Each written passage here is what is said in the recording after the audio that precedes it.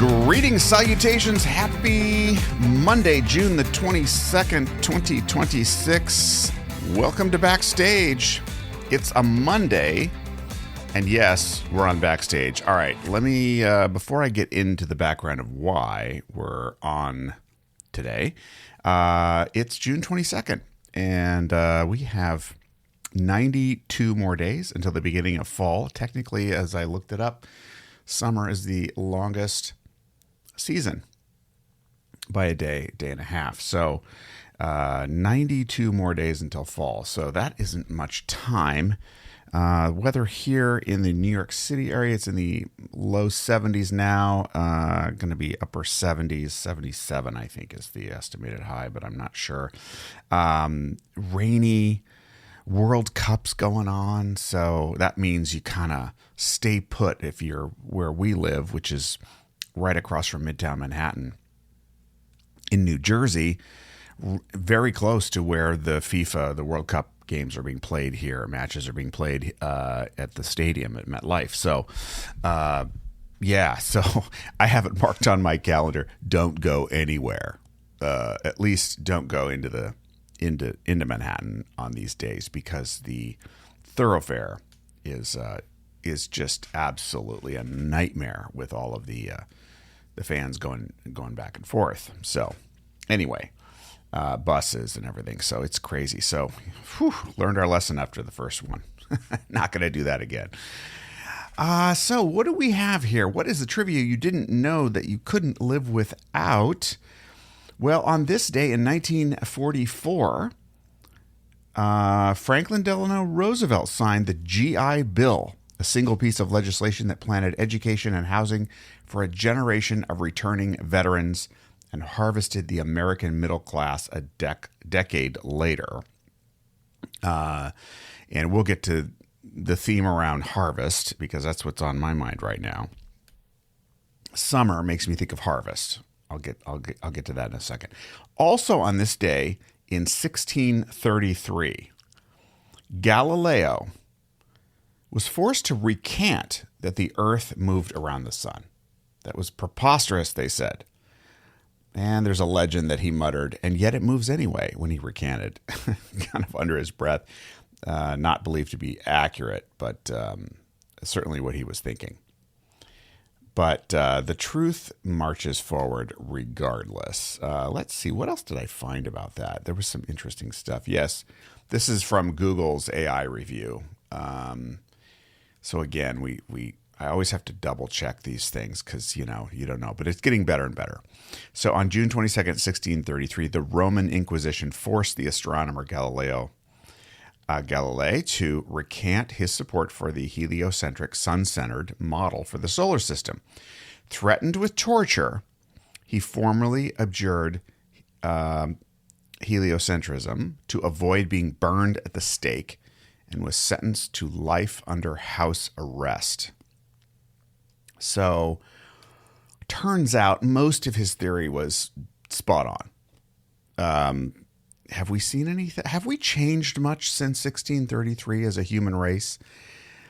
I'm starting to think, given what's been going on these days, that maybe we haven't. That, if the truth counters what certain people don't like, and they have power, they arrest you. And we're seeing some crazy stuff here, like reflecting pools that were single sourced, no bid contracts, and turned into a complete and abject failure. So now we're going to arrest people and blame it on protesters. Okay, right. It's nutty. We live in a nutty world, and human behavior is human behavior. But it's good to note this, that, back in 1633, same basic stuff going on. Maybe the threat of death is a little more severe, but we've had some severe consequences for speaking truth to power. So here we go. All right. So what does this all mean? Well, it's summer. So summer is a season when, usually a lot of people are they're still working, but like a lot of vacations. Obviously, kids are out of school in a lot of places, so the vacations start. You can just feel the slowdown. When I look at the calendar, I'm looking at the slowdown on the calendar. Just fewer appointments. It doesn't come to a stop. It's just sort of a recession, if you will, a temporary recession. But what do you do in a recession? Well, if you can, you invest. And that is really what I wanted to talk about, much like the GI Bill, right? Investing in the future, and the harvest will come. And, 92 more days until the fall. And what can we be doing? So what I'm doing right now is, number one, I'm recommitting to my health journey. So I'm about a week into back on high protein, high fiber this time. I've made that adjustment from the first time I've ever done this years ago when I didn't do high fiber. That was a problem. Now I know, much more about fiber and different sources of it, and I'm incorporating that in. So that's good. That's more learning. But I'm about a week in. Now, dropped some weight, but then this morning it spiked up a couple pounds. And I went, okay, clearly I'm retaining some water because I had a pretty good Sunday, hit my protein goal, and exercised and did all that stuff. So we accept the little spikes along the journey where the trend is downward on the scale. Okay, so that's good. I'm reading. I just finished the book 1929, an excellent read, an easy read, really. Andrew Ross Sorkin and whoever wrote the book with him, just really well written, well sourced. A lot of the human drama behind the crash of 1929 and leading up into the first couple of years of the Great Depression, as they call it. But some fascinating information there and parallels to what we're seeing today. Not that there's going to be another crash like that, just saying, again, human behavior, greed, just all the different motivators, the role of politics and Wall Street and, the different interests.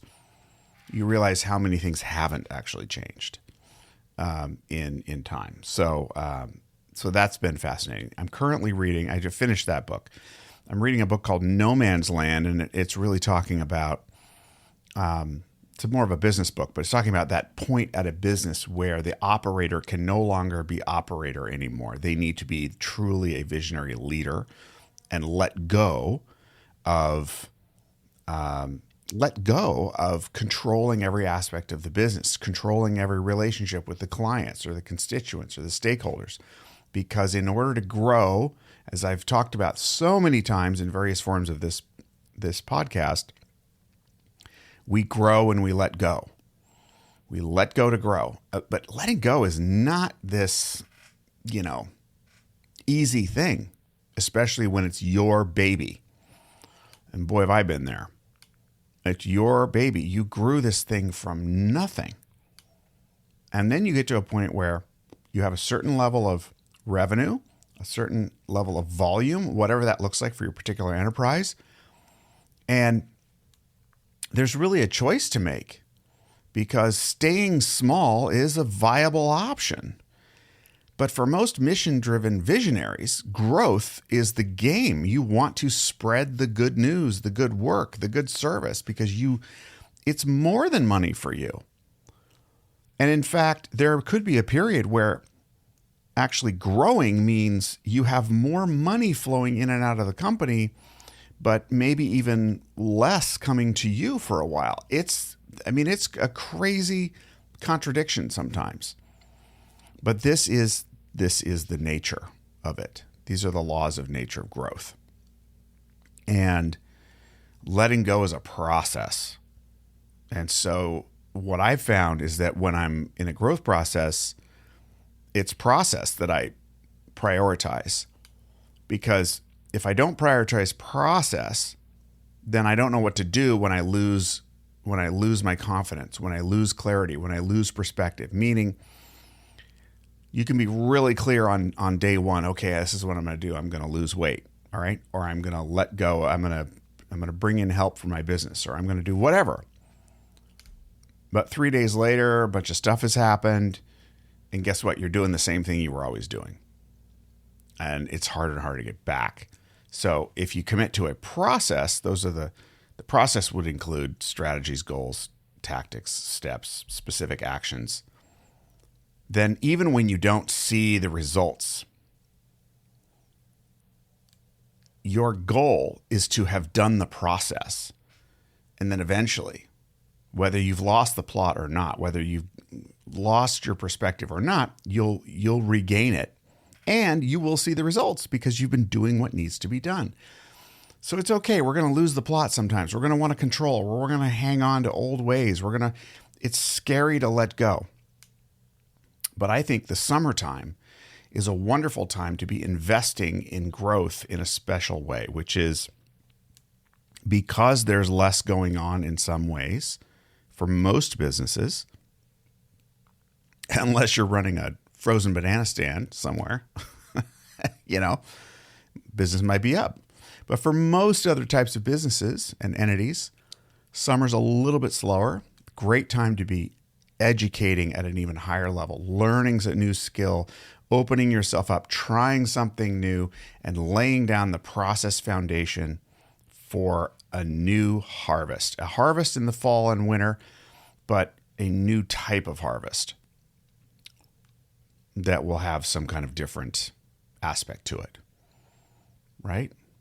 So we can always be improving that, and growth, really at the heart of it starts with letting go. Got to do it. No way around it. All right. That's what's on my mind right now. So as long as I have a breath, as long as I can use my mind and I get up, have a cup of coffee, can meditate a little bit, reflect, connect, I got a shot. I got a shot to fix whatever problems are in front of me. I got a shot to do something new today, touch somebody's life. So what are you going to take a shot at today? Regardless of what else is going on, however difficult it may be, what are you going to take a shot at today?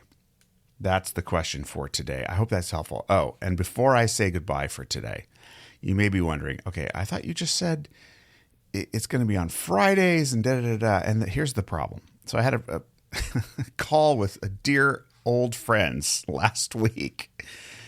And they said, well, I haven't heard from you recently. You used to be posting all the time. And I wasn't sure what they were talking about because I post on various platforms, this and that. I came to find out that their perspective was following this show. It was the first play before, then it became backstage. And I'll cut to the chase. The point was they missed hearing from me on a daily basis. And what I realized was that I missed doing this on a more daily basis because for me, the real driver of this is a daily check-in.